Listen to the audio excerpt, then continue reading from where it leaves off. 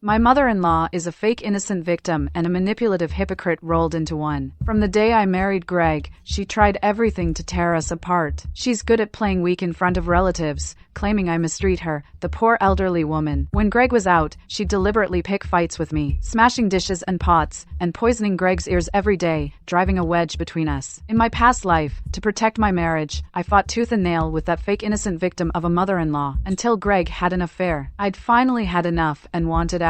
But she still thought I stole her precious son's heart. 7 years of swallowing my pride, only to end up with acid thrown in my face.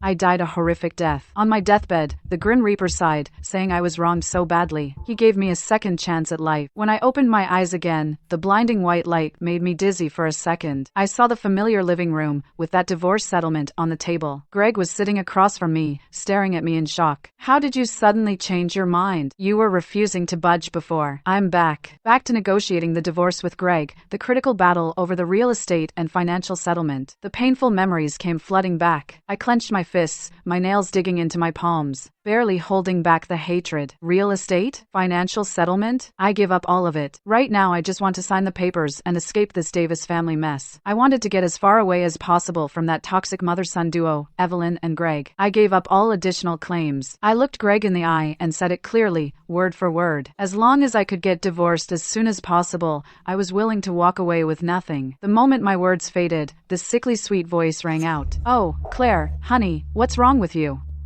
Evelyn came in holding a glass of water, shuffling in with little mincing steps, her eyes red like a rabbit's. She grabbed Greg's arm, shook it gently, and whined. Did you find someone else? Is that why you're so eager to divorce Greg?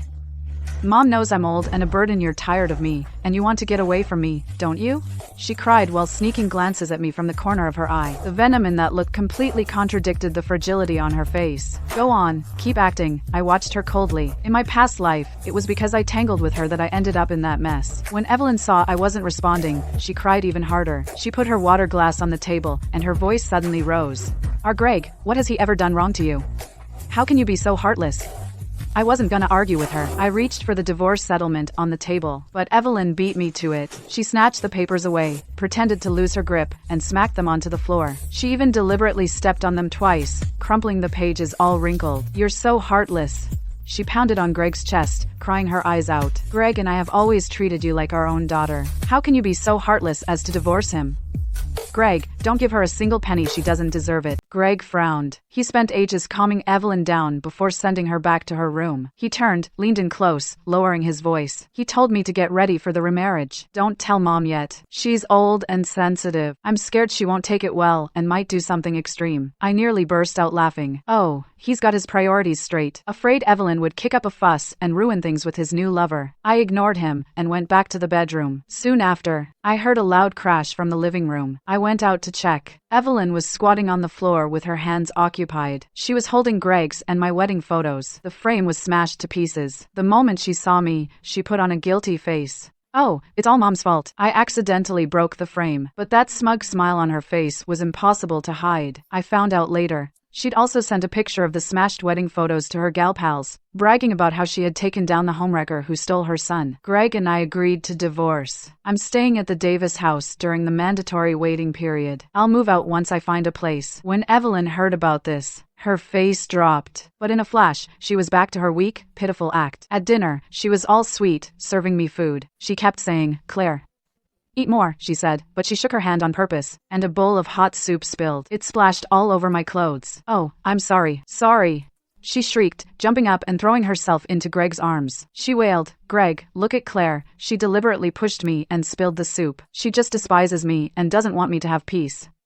I'd had enough. I pulled out my phone and played a recording. It clearly caught her deliberately knocking over the soup, and her earlier muttering under her breath. Humph, go ahead and be smug. Hope that burns you to death. Evelyn, I said coldly, staring at her. Stop pretending. Because I've seen through your little tricks, I said, and Evelyn's face went white instantly. She froze for a few seconds, then burst into even louder sobs. She clung to Greg's leg and wailed, Greg, listen to how she bullies me at home, and when you're not home she even calls me an old bat.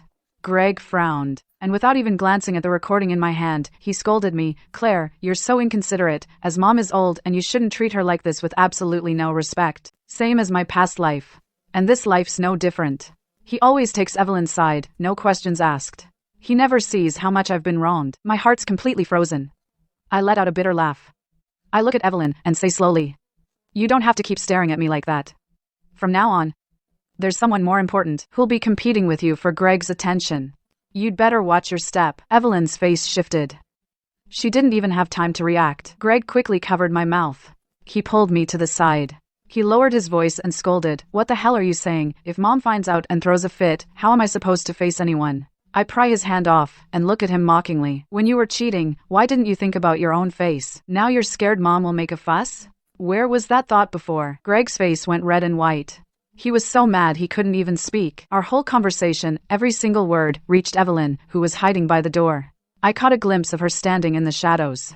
The weakness and grievance on her face disappeared without a trace. Her eyes were terrifyingly dark, like knives dipped in poison. She stared hard at my back. A cold smile curled at the corner of her mouth. I knew she was cooking up some vicious scheme again, and this time, I wouldn't give her any chance to hurt me. Tomorrow, I'm going to look at houses. The Davis family is a cage that I'll break free from eventually. The next morning, I was woken up by crying and shouting outside. I opened the door and saw Evelyn, wearing a faded old dress with her hair a mess, knocking on every neighbor's door. She was wiping her tears with one hand and slapping her thigh with the other, sobbing her heart out. "Neighbors, please be the judge. My daughter-in-law Claire has been fooling around outside. Greg found out. Not only does she refuse to admit it, she's forcing Greg to divorce her. Even after the divorce, she won't leave my house.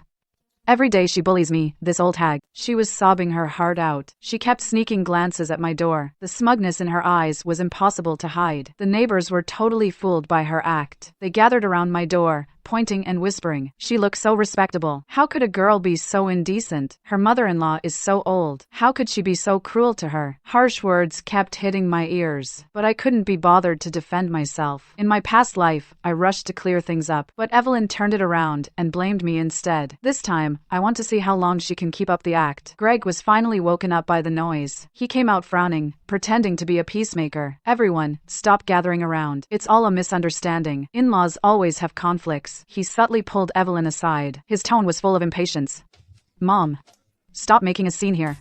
Evelyn exploded instantly. She shoved Greg's hand away. She screamed, "I'm making a scene? Who am I doing this for? That woman Claire is trying to destroy our family, and you're taking her side? Are you under her spell?" Greg's face turned bright red. To save face, he yelled at her for the first time, "Enough. Go back to your room now, and stop meddling in our business." Evelyn froze. Then she sobbed even harder. She plopped down on the ground, slapping the floor and wailing, "I'm so miserable. I raised an ungrateful wretch. My son bullies his own mother for some outsider. It's all Claire's fault. She's tearing us apart." I leaned against the doorframe, watching this farce coldly. I couldn't help but mock Greg. "This is the wonderful mother you've spoiled. She's a pro at playing the fake innocent victim. Just wait till your new lover moves in. You'll have a blast." Greg's face went pale instantly. I couldn't be bothered to argue with them anymore. I turned and went back inside, and took out my phone. I took Greg's cheating chat logs and photos, organized them, and posted them straight to the neighborhood group chat. I divorced Greg because he cheated on me. Evelyn plays the victim every day and badmouths me. If anyone else spreads rumors, don't blame me for sending a cease and desist letter. The moment the message went out, Greg stormed in like a maniac. He snatched my phone and retracted the message. He screamed at me, "Claire, are you crazy? Are you trying to ruin me?" I let out a cold laugh. I shook off his hand. "You ruined yourself. It has nothing to do with me." I grabbed the bag I had packed earlier and walked right out. Greg panicked. Greg. He quickly grabbed me and asked where I was going, as the mandatory waiting period wasn't over yet. "Don't back out. I'm going to a hotel." I yanked my hand away. My eyes were icy. "I want this divorce even more than you do. The farther I am from the Davis family, the better." The second I walked out of the Davis house, I felt nothing but relief. As soon as I got to the hotel, my phone buzzed. It was a text from Evelyn. "Don't even think about sneaking back to seduce Greg. I'll be watching you. If you dare come near him, I'll ruin you." Not long after, another video came through. In the video, Evelyn was throwing my clothes and photos from the Davis house into the fire. The flames lit up her twisted face. She played the victim for the camera. I had no choice. She wronged our family first. I watched the video and blocked her number without a word. From that day on, I completely started a new life. I joined a gym, took up yoga, and even took up baking in my spare time. On weekends, I'd hang out with friends, go shopping, watch movies, throw parties. Life felt full and easy. The pains of the past seemed to dissolve in the busy, happy days, slowly fading away. On the day the mandatory waiting period ended, I put on subtle, elegant makeup, wore a new dress I bought, and showed up at City Hall glowing. Evelyn saw me and immediately hooked her arm through Greg's. She sneered, "Oh, did you get plastic surgery to try and get Greg back? Too late." She lifted her chin in triumph. Like a rooster after a win. Even after the divorce, Greg still cares about me, his mom, the most. I couldn't be bothered with her. I took the divorce decree, didn't even glance at them, and turned and walked away. The sunlight wrapped around me, warm and comforting. From today on, I am no longer the Davis family's daughter-in-law. I am just Claire. Claire, belonging to no one but me. The day after I got the divorce decree, I bought a small apartment with cash. I painted the walls and bought furniture just the way I wanted, making this little nest cozy and homey. I no longer had to put up with Evelyn's moods, or listen to Greg's hypocritical words. I went to work on time every day. After work, I'd hit the gym or take flower arranging classes. Life felt full and peaceful, but that peace didn't last long before it was shattered. Late one night, I was sound asleep when urgent knocking jolted me awake.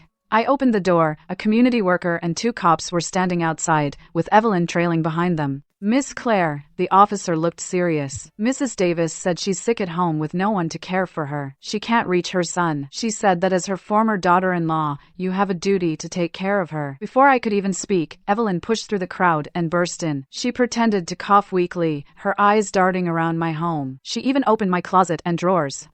"Greg, is he hiding here?" she shrieked. "He hasn't been home for days. You're definitely driving a wedge between us, keeping him from seeing me."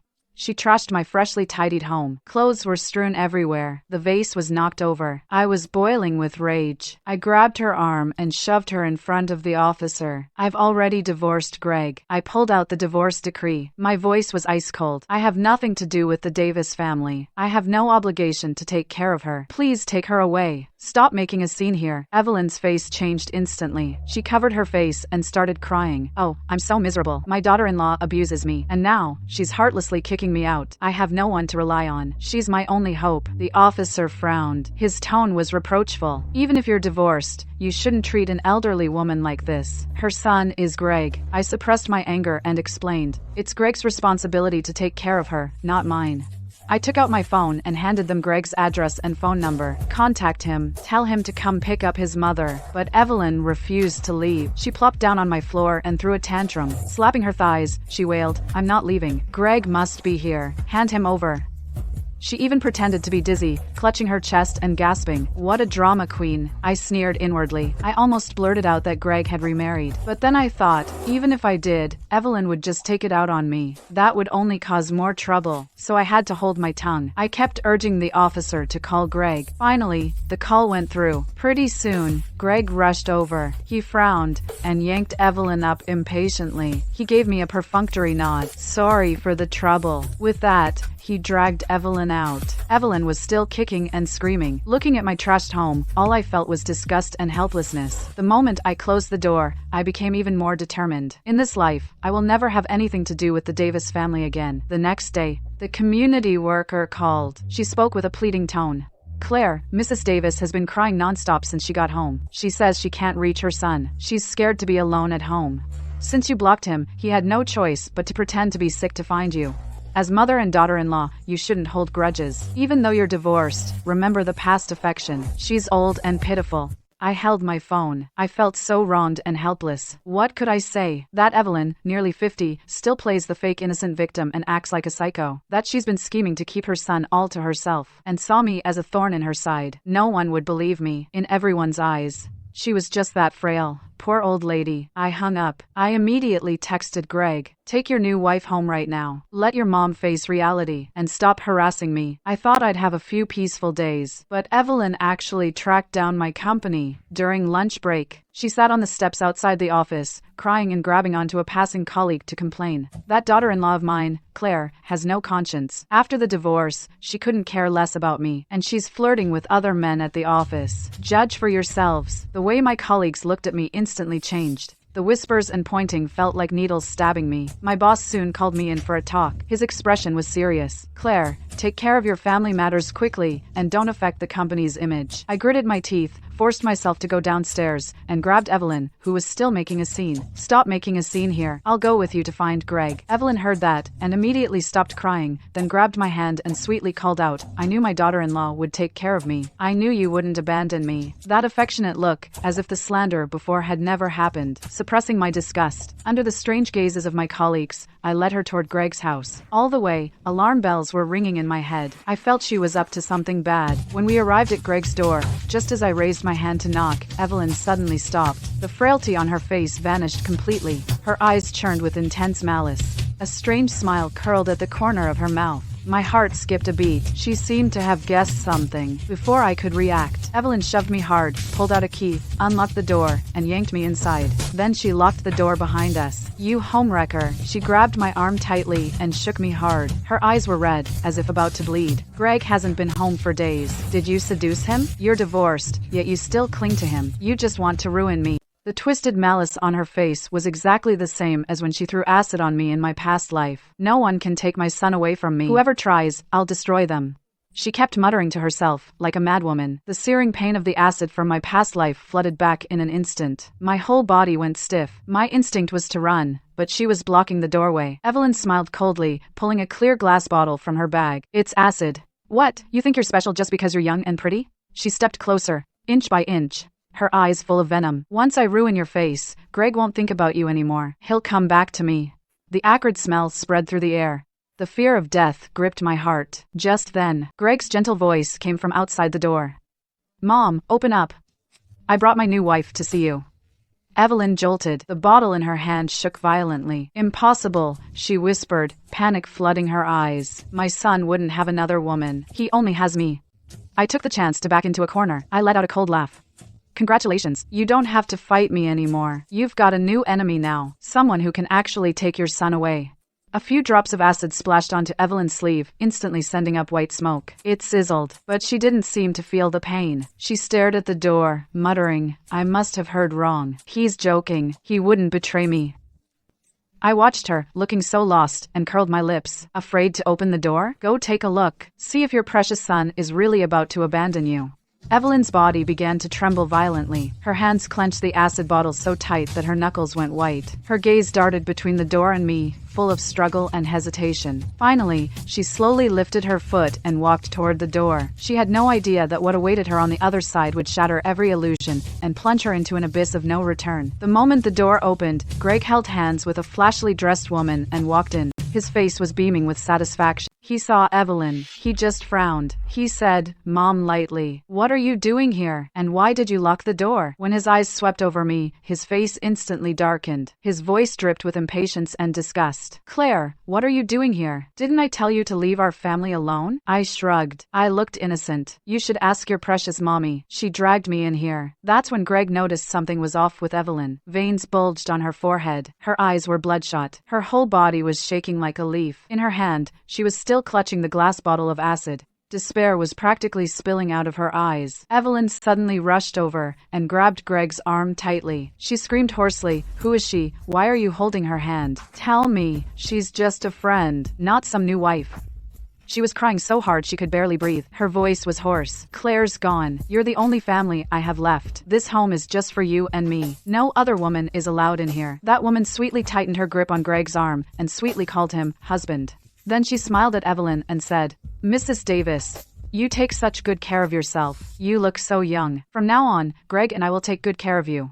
The word husband cut like a knife, stabbing right into Evelyn's heart. She completely lost it. She collapsed onto the floor, beating her chest, stomping her feet, wailing. Her shrill cries made your skin crawl. My son, how could you do this to me? You're all I have. Evelyn's grip on the acid bottle tightened more and more. The bottle trembled. The clear liquid inside sloshed violently. She glared at the new lover. The hatred in her eyes could devour a person. She kept muttering, It's you.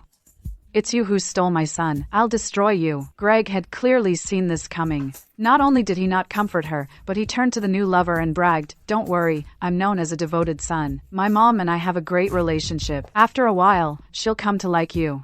I looked at his hypocritical face and found it ridiculous. Evelyn glared at the couple before her. Hatred and despair grew wildly in her heart. She clutched the acid bottle tightly. Her knuckles turned white. A bigger storm was silently brewing. Greg crouched down, reached out and patted Evelyn's head. His tone was falsely gentle as he called her Mom. I know you've never liked Claire. I got myself a new wife, so she can keep you company and take care of you. I did all this for you. Just be understanding. Stop making a scene. I stood by the side. I almost laughed at his twisted words. He cheated, yet he talks like he's so righteous. I was so glad that I had long escaped the quagmire of that toxic mother-son duo. Evelyn was stunned for a few seconds. She actually stopped crying and making a scene. She stood up, grabbed Greg's arm, and slipped back into that fake innocent victim act. She cooed, I knew my son loves me best and cares about me the most, as if the one who just lost it wasn't even her. She wiped her tears, and all her hatred instantly turned on the new lover. Her eyes were full of venom. She tugged Greg's arm and shook it, and whined sweetly, Son, I don't like her. Please make her leave. I just want us to be alone together. Greg's face darkened instantly. Mom, how can you be so unreasonable? I like her, so you have to like her too. We're mother and son. You need to be on my side. Evelyn flinched at his outburst. Tears instantly welled up. Her face twisted with grievance, but she didn't dare talk back. She could only weep silently, playing the victim, bullied by her own son. But deep down, her eyes burned with hatred for the new lover. The new lover, all fake and phony, stepped forward to take Evelyn's hand. Mrs. Davis, please don't be sad. From now on, I'll take you shopping for new clothes and get you good food. I'll treat you better than Claire ever did. Evelyn nodded, choking back a sob, forcing a strained smile. Then I'll trust you to take care of my son. Only I could tell that the hatred in her eyes was about to explode. The new lover gave me a smug look, a challenging look, like she was flaunting her win. I was totally confused. Evelyn had hated me to the bone before, so why was she so submissive to the new lover who stole her son? Maybe if she just went along with her, it would calm her anger for a while. Just as I was wondering, Evelyn suddenly lifted the acid bottle high. Her face turned savage. She let out a hysterical scream. You homewrecker. I'll destroy you. Now try to steal my son. With that, she violently hurled the acid from the bottle straight at the new lover. The new lover never expected Evelyn to suddenly attack. She screamed and tried to dodge, but it was too late. The acid splashed all over her arm. A sizzling sound instantly filled the air. White smoke rose up. The new lover collapsed to the ground in pain. She clutched her arm and let out a piercing scream. Her face was completely twisted in agony. It hurts so much. What is this? Her clothes were burned through, leaving a large hole. Her skin visibly reddened and blistered. It was a horrific scene. Greg's eyes were wide with fury. Without a second thought, he backhanded Evelyn across the face. The sharp slap echoed through the room. Evelyn staggered and fell to the ground. The acid bottle in her hand shattered into pieces. Are you crazy? Greg roared. His eyes were full of concern for his new lover. How could you be so vicious? Evelyn covered her face. She stared at Greg in disbelief. Tears streamed down her face. You hit me. You actually hit me for this woman. Since I was a child, when have you ever hit me? She sobbed heart-wrenchingly. The pride of being cherished by her son all those years shattered completely in that moment. The room was in chaos. Evelyn's cries, the new lover's screams, and Greg shouting as he called 911, all mixed together. A pungent smell filled the air. I stood in the corner, watching it all coldly. Too bad, it didn't hit her face. The pain I suffered in my past life, the new lover only got a taste of it. But that's okay. They brought this on themselves. The ambulance siren grew closer. Greg picked up the new lover. He rushed out frantically. As he passed Evelyn, he shot her a vicious glare. He gritted his teeth and cursed, You're useless, and a hindrance. Evelyn collapsed to the floor. She watched her son's back. The light in her eyes slowly faded. The mother-son bond was completely severed. Hatred wildly grew in her eyes. I looked at the horrific state of the new lover's arm. Memories of my past life suddenly flooded back. Back then, I was completely defenseless. Evelyn poured the entire bottle of acid over my head. A burning sensation instantly engulfed my entire body. The smell of burning flesh filled my nostrils. In the end, even my skull was exposed. My death was horrifically tragic. If not for the Grim Reaper's mercy, I would never have had a chance to start over. Greg hung up the phone. He realized, belatedly, that it was acid. His face turned deathly pale. He pointed at Evelyn. He was trembling with rage. Where did you get the acid? I've spoiled you too much, and it's turned you into a monster. The new lover was crying her eyes out, snuggled up in Greg's arms, playing the victim. What did I ever do to you? Mrs. Davis, why are you doing this to me? Her acting is way better than Evelyn's. got Greg feeling all sorry for her. Evelyn struggled to her feet, screaming, her eyes bloodshot. All I want is to keep my son. She's the one trying to steal my son. You're all ganging up on me. Greg couldn't be bothered to listen. He turned around and blamed me. Claire, this is all you're doing. Did you tell Mom I'm remarrying? Trying to turn us against each other. If anything happens to my new lover, I'll never forgive you. I burst out laughing. I laughed mockingly. Greg, do you have any shame? Your mom came to my office and caused a scene, accusing me of messing around with other guys, guilt-tripping me, and dragged her to see you. I stared coldly at Evelyn. That acid was for me, wasn't it? You thought I was the one keeping your son out all night. But you caught him in the act. The truth cut like a knife, cutting through all the lies. I felt a wave of relief, grateful to have dodged that bullet. Thank God Greg divorced and remarried so fast. Otherwise, I'd be the one on the ground screaming. The new lover was trembling all over. She broke down crying. She even tried to hurt you. She's insane. Greg was speechless after I called him out. Furious and humiliated, he charged at Evelyn, beating and kicking her. Get on your knees and apologize. Write a 10,000-word written apology. If you keep causing trouble, I'll have you committed to a psychiatric hospital. Evelyn was beaten so hard blood dripped from her mouth. She curled up on the floor. She watched Greg protectively shield his new lover. Hatred and despair almost spilled from her eyes. The seeds of revenge took root and grew wildly in her heart. She'd make those cheating scumbags pay the most painful price. Evelyn collapsed on the floor. Blood and tears streamed from the corner of her mouth. She couldn't believe it. The son she'd cherished and protected her whole life would, for a woman he'd only known a few days, hit her and curse her, and even have her sent to a psychiatric hospital. All those years, Greg's constant "Mom, I'll always be there for you," now all became a joke. Her world, the moment that slap landed, completely collapsed. Evelyn suddenly shoved Greg away like a madwoman. She scrambled and crawled to my feet. She started kicking and hitting me. It's all your fault. It's all you. Her nails scratched my arm, leaving several bloody scratches. You unattractive woman. Can't even keep your own man.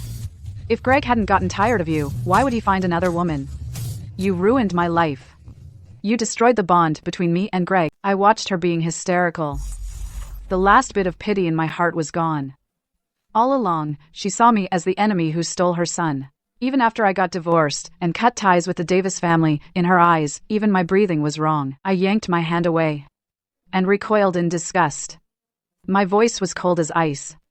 Evelyn, I divorced Greg already. I have nothing to do with your family. I don't have to put up with your nonsense. Don't come after me again. I pushed Evelyn, and she stumbled to the ground. She looked up at me, then turned to look at Greg, crying out for her son. Son, look at her. She's bullying me, but Greg didn't even look at her. His mind was on the new lover in his arms, gasping in pain. He snapped. Are you done making a scene? Get out of here and stop embarrassing yourself. The ambulance siren grew closer. Greg scooped up the new lover and rushed downstairs frantically. As he passed by Evelyn, he shot her a vicious glare and threw out a "You're on your own," then walked away without looking back. His back was firm, with no hint of regret. Evelyn looked at the empty doorway. Her crying stopped abruptly. She looked like her soul had been sucked out. Not long after, the police showed up. As they saw the acid stains all over the room, the broken glass bottles, and Evelyn, a mess on the floor, the police officers' faces turned grim. They moved in and pinned Evelyn down, sternly demanding to know where the acid came from and why she attacked. They said they'd take her to the station for questioning. As the victim, I went to the station too. In the interrogation room, I explained how Evelyn had been faking innocence and slandering me, how she showed up at my company to make a scene, and how she forcibly dragged me to Greg's place. I told them the whole story. Finally, I took out my phone and handed over the recordings, videos, and text screenshots I had saved to the police. In those recordings, there was Evelyn deliberately spilling the soup to frame me. In those videos, there was her smashing the wedding photos and gloating. Those texts were full of her venomous threats. The police were skeptical at first. They looked at Evelyn and her sobbing, helpless act, and couldn't help murmuring that she was nearly 50, so how could she be so malicious? Maybe she was just protecting her son, and that's why she targeted the new lover. Until from the next interrogation room came Evelyn's piercing screams. Claire and that homewrecker should both die. They both want to steal my son. Whoever tries to take my son, I'll ruin them. The cops finally went quiet. When they looked at Evelyn Davis, their eyes held more suspicion and caution. They flipped through the evidence I gave them, and the more they read, the darker their faces got. After a long pause, one cop sighed, and when he looked at me, there was more sympathy in his eyes. I met their eyes, and laid it out word by word. I'm already divorced from Greg Davis. None of Evelyn's actions have anything to do with me. Today, she came after me with acid, trying to hurt me. Whatever happens next, I'm not getting involved again, and I'm not taking any responsibility. As I was leaving the station, Evelyn was still throwing a fit in the interrogation room. She grabbed a cop's pant leg, crying and screaming for them to call Greg, to separate Greg from his new lover, to bring her precious son back to her. She had no idea. She was about to face the harshest punishment the law could give. I had just reached the station entrance when from behind me came Evelyn's urgent cry, "Claire, Claire, wait for me." I paused and turned around to look. Evelyn was being held back by the cops, her hair a mess, her face still tear-streaked, but she dropped the fierce act and put on that fragile, pitiful mask. She looked at me with pleading eyes, her voice trembling. "Claire, I'm begging you, please help me, okay? Go win Greg back, drive that homewrecker away.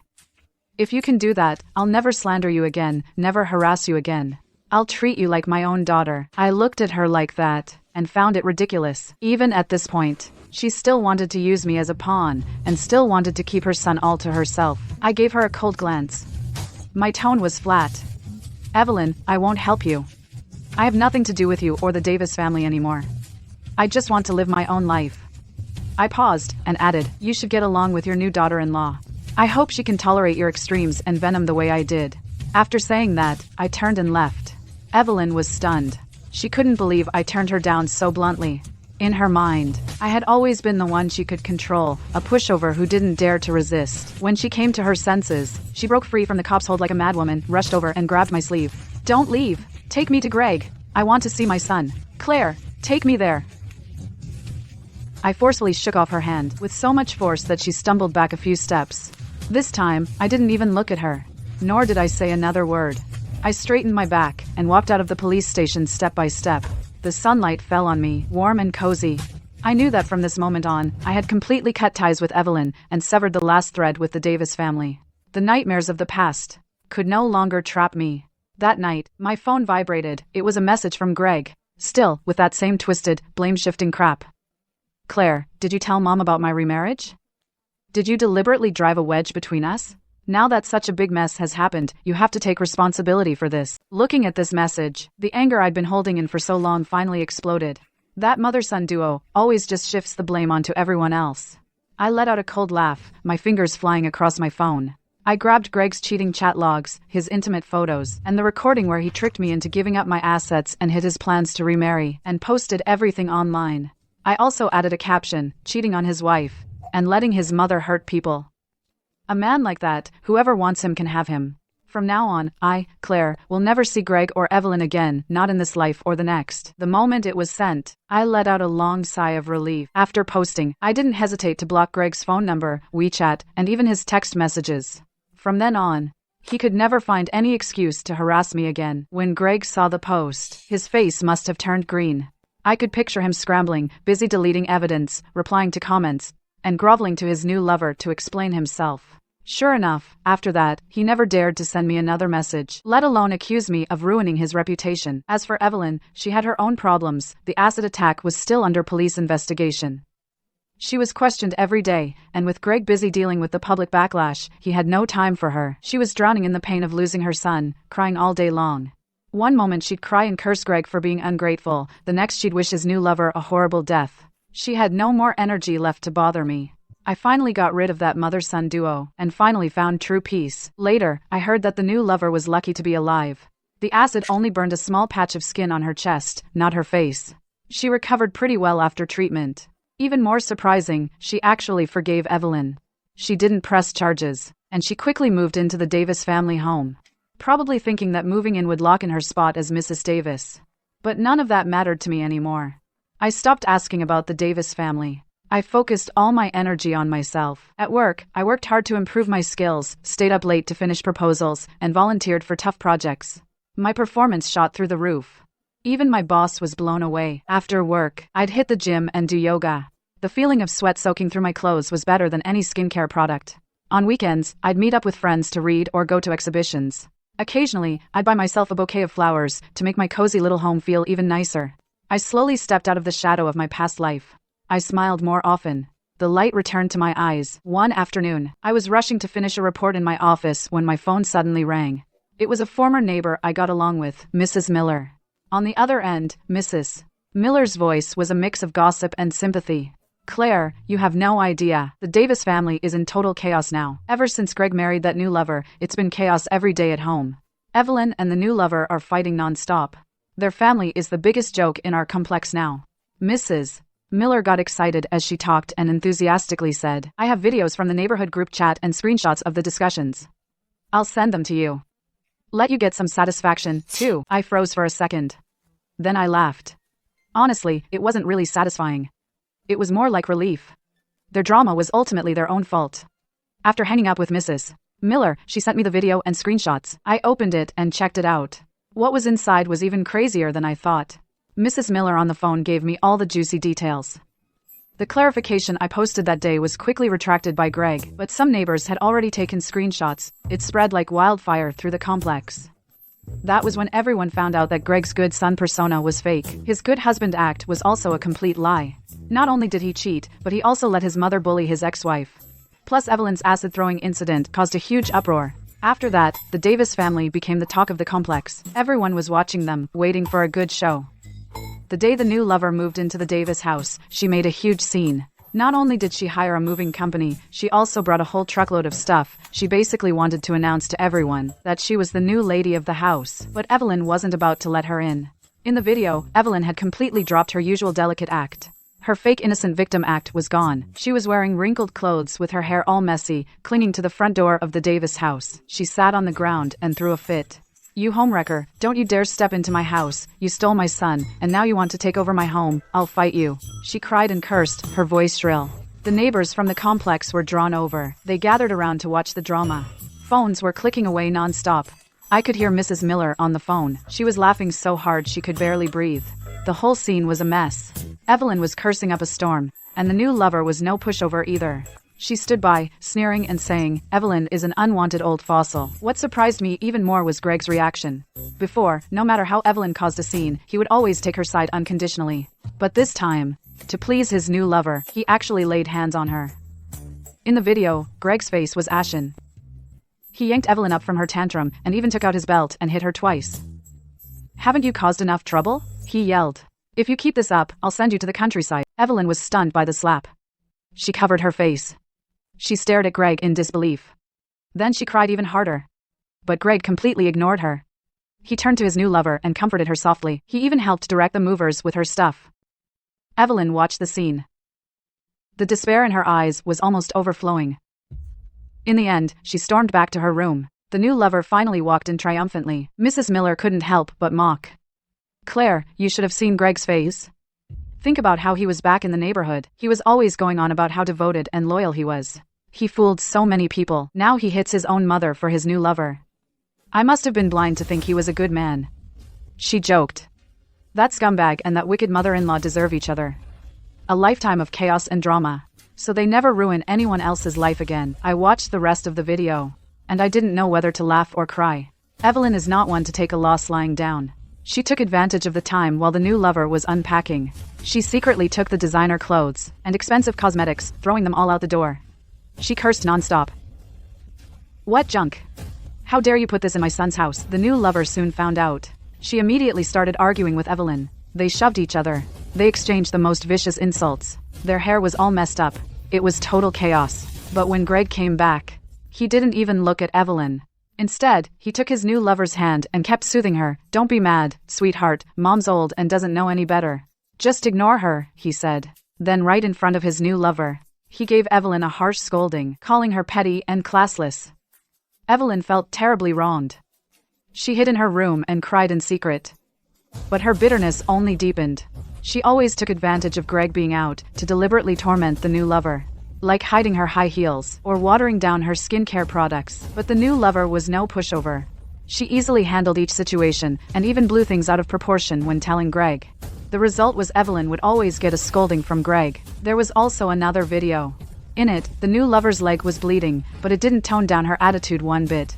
She grabbed Evelyn by the curly hair and slapped her hard, over and over. A scornful voice came through the phone. No wonder Claire acts like she's seen a ghost when she sees you. You wicked old witch, at your age, still playing the fake innocent victim. All day long, you cling to your son like a leech, refusing to let go, and after pausing for a moment, she deliberately raised her voice, with every word acting like a knife, stabbing into Evelyn's heart. Not only can Claire not stand you, you disgust me too. I've got some good news for you. I'm already pregnant with your son's child. And it's a boy. Once he's born, you'll be sent back to your rural hometown to die alone, and at these words, Evelyn totally lost it. That weak and pitiful act of hers was completely gone. Her hair was a mess, her makeup smeared like a paint palette. She was screaming at the top of her lungs, her voice a mess of breakdown and obsession. You're lying. You're making it up. Don't you dare badmouth my Greg. I'm his only mother. The one he's depended on since he was little. He'll stay with me for the rest of his life. He'll never abandon me. She lunged.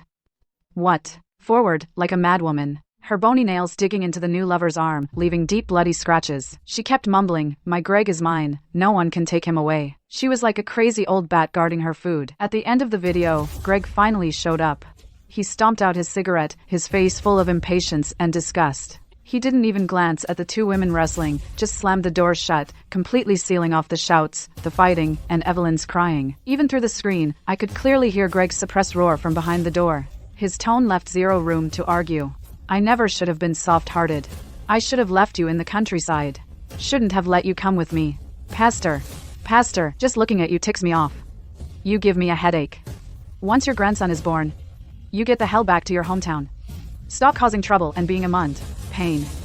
Those words were like a sledgehammer, shattering Evelyn's decades-long obsession with having her son all to herself. It also crushed all her fake weakness and false hopes. The neighbor on the phone clicked her tongue, her voice full of pity and helplessness. This man is so clueless.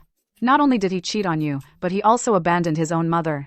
A perfectly fine old lady, at her age still playing the manipulative hypocrite all day, clinging to her son, spoiled by Greg without any sense of boundaries. In the end, she ended up like this. Who knows what will happen next? I held my phone, calmly watching the video of Evelyn, hysterical and utterly undignified, with not a ripple in my heart, neither sympathy nor resentment, only complete relief. All of this is Greg, Evelyn, and the new lover's own fault, and has nothing to do with me anymore. After hanging up with the neighbor, I decisively turned off my phone, shutting out all the Davis family's drama.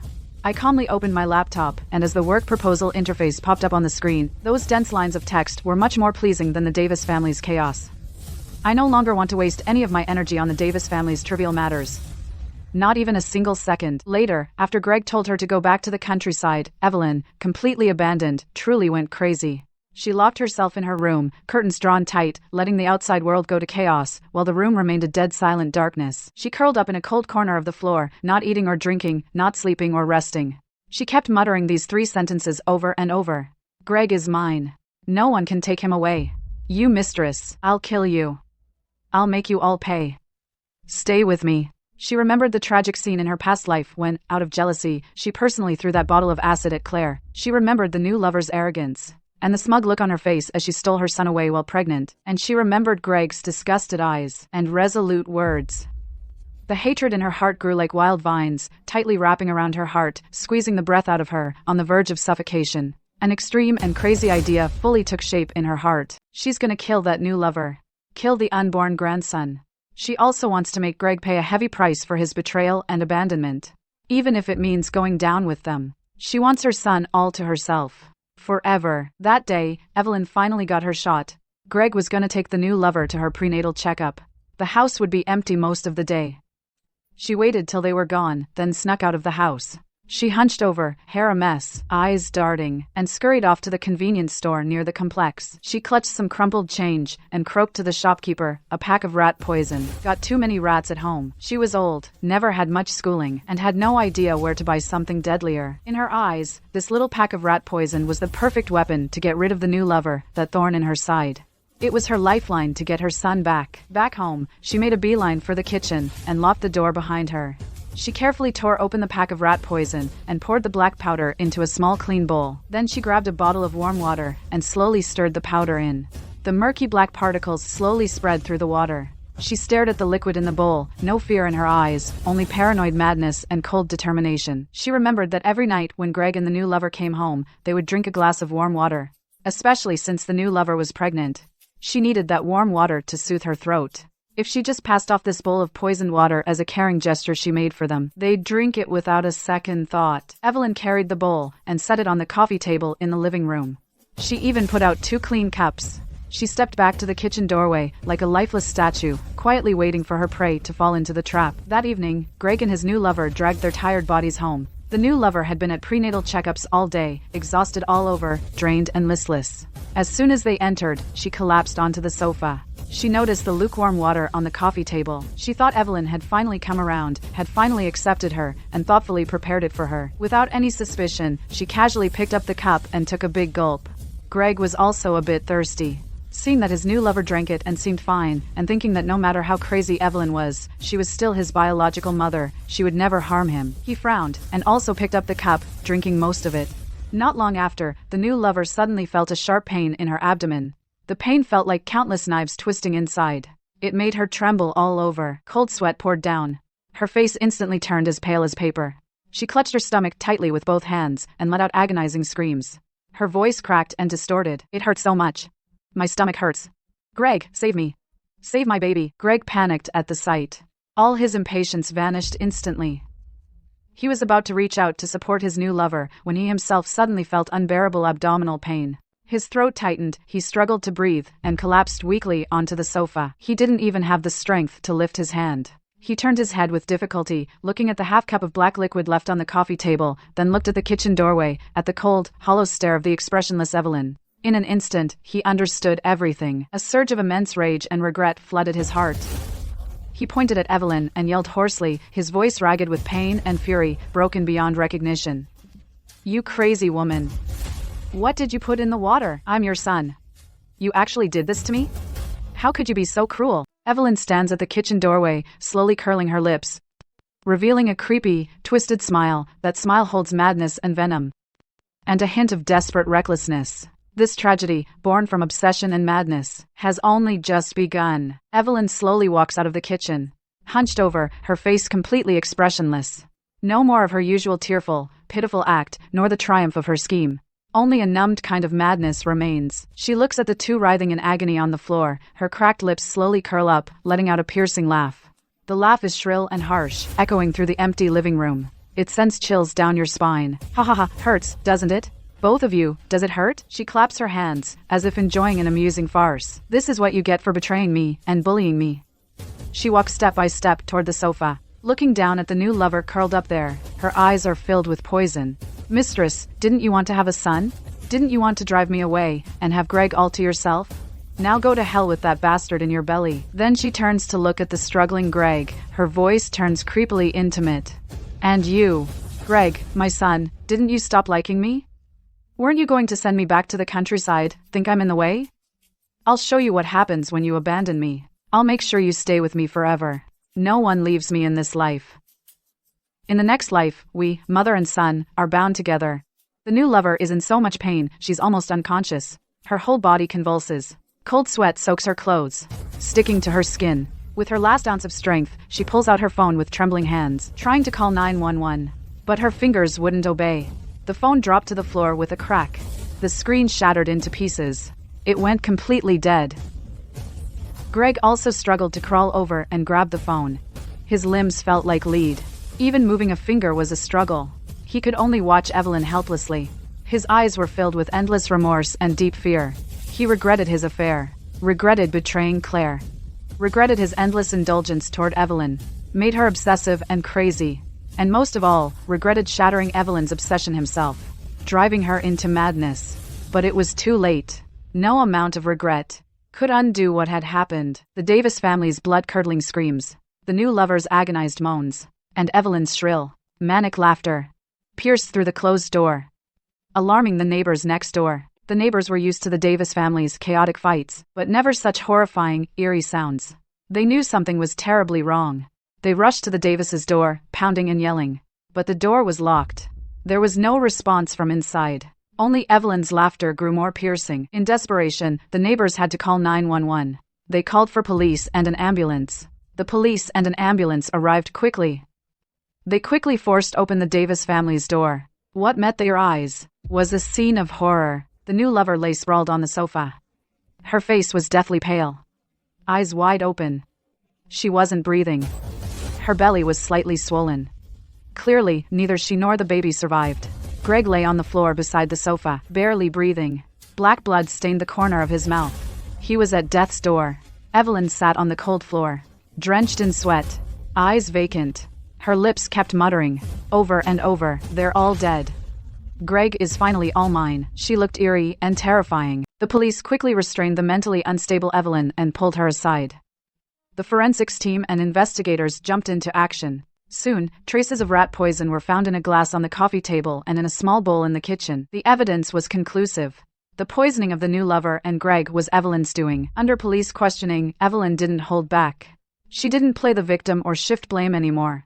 Instead, she calmly confessed to the entire poisoning process. She said she hated the new lover for stealing her son Greg. She hated Greg for betraying her. She hated him for abandoning her and trying to send her back to the countryside.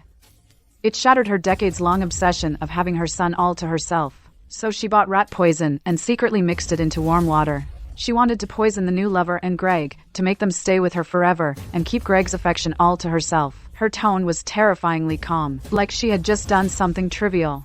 She didn't have a clue that her actions had broken the law and caused an irreversible tragedy. She didn't realize that her so-called mother-son bond was actually a twisted, destructive obsession. Greg was rushed by paramedics. He was sent to the hospital for emergency treatment. But the rat poison dose was too high and they missed the window for rescue, so he didn't make it. He died without ever making things right. He couldn't save his new lover and their unborn child. He couldn't make up for what he put Claire through. Nor could he make up for spoiling Evelyn and owing her. In the end, his selfishness, irresponsibility, and hypocrisy cost him his life. Evelyn was almost 50. She had full criminal responsibility. She was arrested for murder. The court tried her case. She was ultimately given a life sentence. She was locked up. She'd spend the rest of her life behind bars. Because she was mentally unstable and psychologically twisted, the prison arranged a psychiatrist for her. This was to provide her with long-term therapy. They tried to correct her extreme personality and twisted obsessions. But most of the time, Evelyn was just numb. Occasionally, when lucid, she'd still mutter, "My Greg, don't leave me." Her road to redemption was bound to be tough. Maybe there was no redemption at all. The next day at work, I heard about the Davis family tragedy from a coworker. My coworker held up her phone and told me about the Davis family, sounding shocked. She said Greg and his new lover were poisoned to death by his mother, Evelyn. Evelyn was arrested and locked up. She was given a life sentence. I listened to all of it, my face completely blank. I just nodded a little and said calmly, "Got it." Then I turned back to my work, as if what I'd heard had nothing to do with me, just some trivial gossip about strangers. To me, Greg and Evelyn had long been just passers-by in my life. They were symbols of the nightmare from my past life. Their life and death, luck and misfortune, their joys and sorrows, none of it mattered to me anymore. I, Claire, still lived my own peaceful, fulfilling life. I worked hard, and with my skills, I quickly earned the company's trust. They sent me to work at an overseas branch. In my free time, I worked out, read, and traveled. I explored the streets and alleys of foreign cities and saw all kinds of different sights. Little by little, I healed the wounds of my past. Step by step, I walked toward my own bright future. I became the person I always wanted to be.